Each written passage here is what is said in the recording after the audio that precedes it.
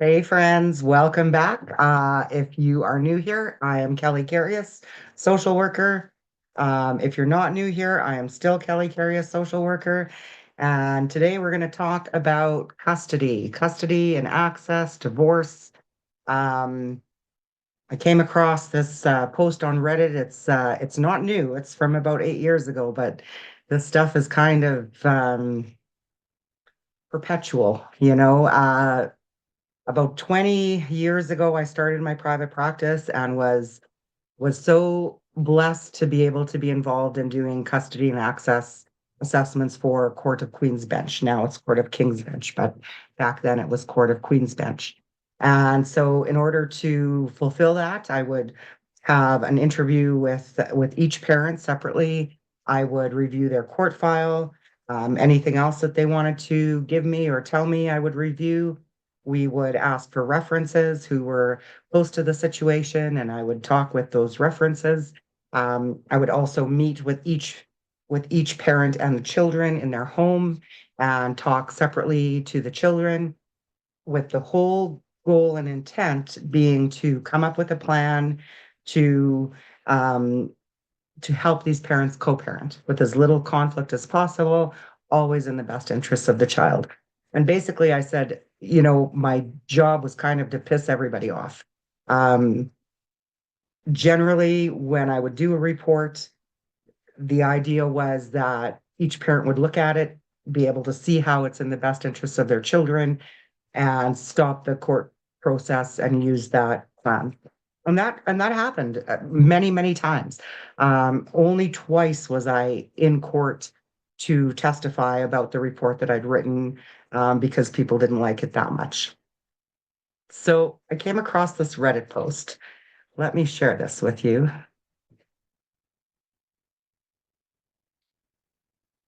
Okay. Family court lawyers, what's the most petty behavior you've seen from parents? Now, it's phenomenal how, um, in a intimate relationship, trust is really high. And when that trust is broken, it goes really, really low.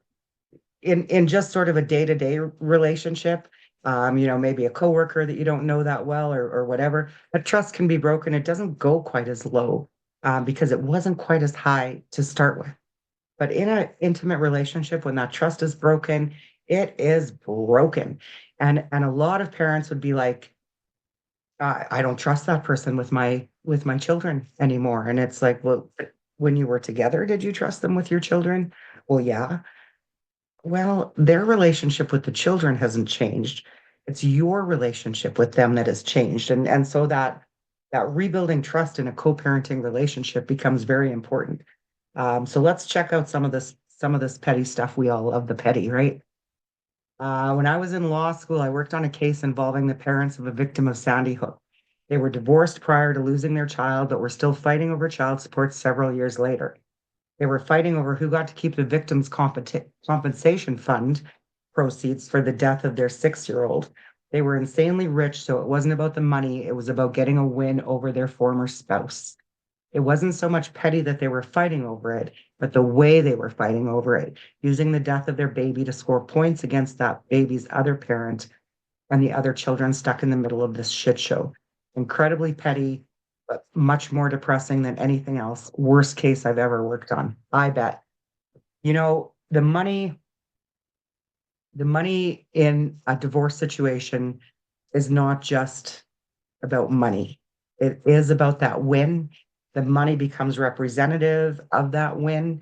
I also did divorce mediations, property mediations for divorces. And at one point, I had a set of parents come to me that when they started the process, they had something like $12 million. And when they got to the mediation, they were talking about splitting $450,000. Can you imagine 10, 11 million to what? To lawyers, and to court costs. Just phenomenal how that money just becomes representative of a win. Let's see what else we got. I'm just an intern, but I once was sifting through discovery that our client provided as he was trying to win custody over his son. One of these pieces of discovery was a detailed account of the mother's timelines. Basically, if the mother was late to pick up her son, they would time it and document it, which would make sense if it was significant. But I'm not exaggerating. Over a 6 month period, she was late for a total of 33 minutes. Seeing as they met to exchange the child 3 times a week, it means she was late by about 1 or 2 minutes once a week. It was the most insignificant piece of data that I've ever seen in my entire life, but the client was adamant that we use it in court to prove that the mother was irresponsible. Yeah. One thing to really watch out for if you're involved in a situation like this, is to really check in, like, is this data that I'm collecting um, valid, representative? Um, what is it about for me? If I am in a rage when I look at collecting that data, why? Why is that? And what kind of hold does this person continue to have over me? One of the things that I experienced in my own divorce um, was that I would have a phone call with my ex. Bless his soul, he's passed away now. I would have a phone call with him and I'd be so mad. And then I'd have to call my mom and tell my mom everything he said and call my aunt and tell her everything that he said because she hated him too. And I had to call my best friend and in the end, a 5 minute phone call with my ex would turn into me giving him an hour or an hour and a half of my life. And I really started to recognize that I needed to grab that control back. And I would actually create an image in my head of myself reaching out and grabbing it back. Um, because I needed to bring it back. I needed to, not be caught up um in the situation in that way. And that was not best for my children. Always when you're in a situation like this, be thinking about what is best for my kids. And that generally is going to be a positive co-parenting relationship. Let's see. Worked in an attorney's office for a little bit. Knew about a divorce case one of the attorneys was involved in where the child had been diagnosed with a terminal disease with maybe a few years left, and the parents tried to fight over what the child's wish should be for one of those make-a-wish type of foundations. I do know the judge chewed both parents a new one when this issue came up, but ultimately could not make a call on how the wish would be granted. I believe the child ended up refusing the wish on account of the argument it caused between the parents. Yeah, kids just want to make their parents happy. Um, and this is a terrible situation to put a kid in. The other thing to be really aware of if you're in this situation is that a kid will say one thing to one parent and a different thing to another parent.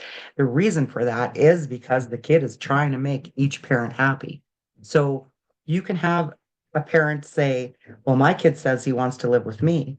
And the other parent say, well, my kid says he wants to live with me. Doesn't mean that either parent is lying.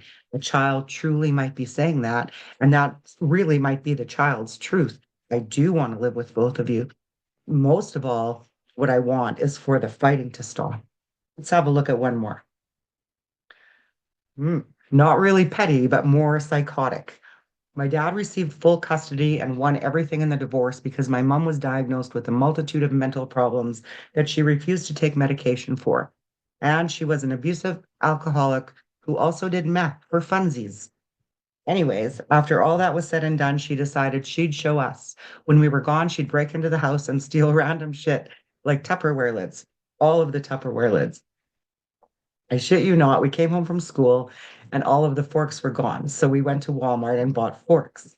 Came home with forks and all of the spoons were gone. We found out she'd been getting in through my bedroom window, so we put a lock on the window and put up security cameras. Didn't work because 3 days later, while we were gone, we got her on video stealing. Yes, actually stealing the window and running down the road.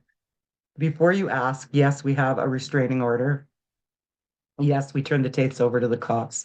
No, you can't have a crazy person put into a mental hospital against their will unless they're a physical threat to themselves or others. Yes, she still randomly steals stuff from my dad's house. It's more of an amusement now, though. You always decorate the tops of your cabinets with stuff and forget about it. So we play this game called What Used to Be There. That's so interesting. Um, oh, there's a lot to say here. You can you can have someone committed in most states and provinces if they are a threat to themselves or others. You need a lot of information to back that up. Um, this is this is really kind of bizarre. What strikes me is that it creates an instability for the kids. Um, and one thing that you want to do always is keep your child's situations as stable as possible, because that stability is going to, build the groundwork of their values, of their own mental health. Um, it's their foundation. So if you're going through something like this, keep in mind it's really important to create and keep that stability for them. Thank you very much for joining in. Leave a comment, tell me what you think, like and subscribe. See you in the next video.